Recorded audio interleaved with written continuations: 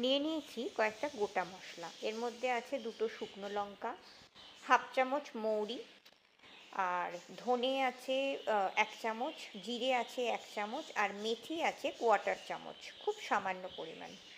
তো এইগুলোকে এবার একটু শুকনো খোলায় দিয়ে নাড়াচাড়া করে নেবো, নিয়ে অবশ্যই এগুলো মিক্সিতে একটু হালকা গুঁড়ো করে নেবো। আর যেটা বানাবো সেটা হচ্ছে গিয়ে তোমার তেলাম। তো কড়াইতে একটু তেল বেশি করে দিতে হবে, মোটামুটি আমের পরিমাণ অনুযায়ী একটু বেশি করে দিতে হবে যাতে আমগুলো ডুবে থাকে। তো তেলটাকে গরম বসিয়ে দিলাম, তেলটা গরম হতে থাক। এবার যাই, আমগুলো রোদে দিয়েছিলাম নুন আর হলুদ দিয়ে বাইরে, তো সেগুলোকে তুলে নিয়ে আসি। মোটামুটি ধরো ওই আমি ঘন্টা চারেক মতো রোদে দিয়েছিলাম। তো আমগুলো দেখতেই পাচ্ছ একটু রোদের যা তাপ, একটু তো শুকিয়েছে। আর তেলটাকে ভালো করে গরম করে নেব। আর মশলাটাকে দেখো পুরোটা গুঁড়ো মতো করিনি, একটু দানা দানা থাকবে সেই রকমভাবে গুঁড়ো করেছি। এবার দেখতে পাচ্ছ তেলটা দিয়ে ধোঁয়া উঠছে, তেলটা এবার বন্ধ করে দেবো।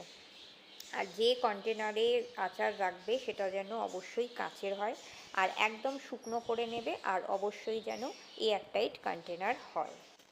তো চলো, এবার আঙুল মোটামুটি ডোবাতে পাচ্ছি, মানে ভালো রকমই ডোবাতে পাচ্ছি, একদম ফুটন্ত তেল না, মোটামুটি হালকা ঈষদুষ্ণ গরম আছে। এবার এইখান থেকে হাফ তেল আগে আমি এই কন্টেনারে দিয়ে দিলাম। তো এরপর যথারীতি এই যে নুন হলুদ মাখানো রোদে শুকানো যে আমগুলো সেগুলো এর মধ্যে ছেড়ে দিলাম, দিয়ে আবার যে তেলটা বাকি ছিল, বাদবাকি যে তেলটা ছিল বাদবাকি তেলটাও এর মধ্যে মিশিয়ে নেব। আর তারপরে যেটা করব সেটা হচ্ছে গিয়ে যে ভাজা মশলাটা, মানে যেটা শুকনো খোলায় নাড়াচাড়া করে মশলাটা রেডি করে রেখেছি, সেটা মোটামুটি বেশিরভাগটাই দিয়ে দেব। একটু হয়তো বেশি, একটু সামান্য মনে হয় একটু বেশি হয়েছে, তো সেটাকে সরিয়ে রাখবো। এবার ভালো করে মিশিয়ে নেব।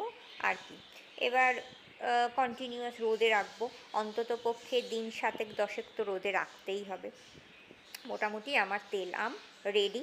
তো 10 দিন পর অবশ্যই পরে যখন ভিডিও করে তোমাদের দেখাবো অবস্থাটা কীরকম দাঁড়িয়েছে।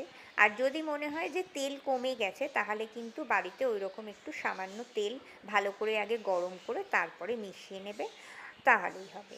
কাঁচা তেল কিন্তু কোনো দিনই দেয়া যাবে না। আর নুনের পরিমাণটাও একটু বেশি দিতে হবে, তো সেটা তো সবাই জানো। আর কি, মোটামুটি আমার রেডি। এবার ঢাকা দিয়ে রেখে দেবো, কাল থেকে রোদে ফেলতে থাকবো।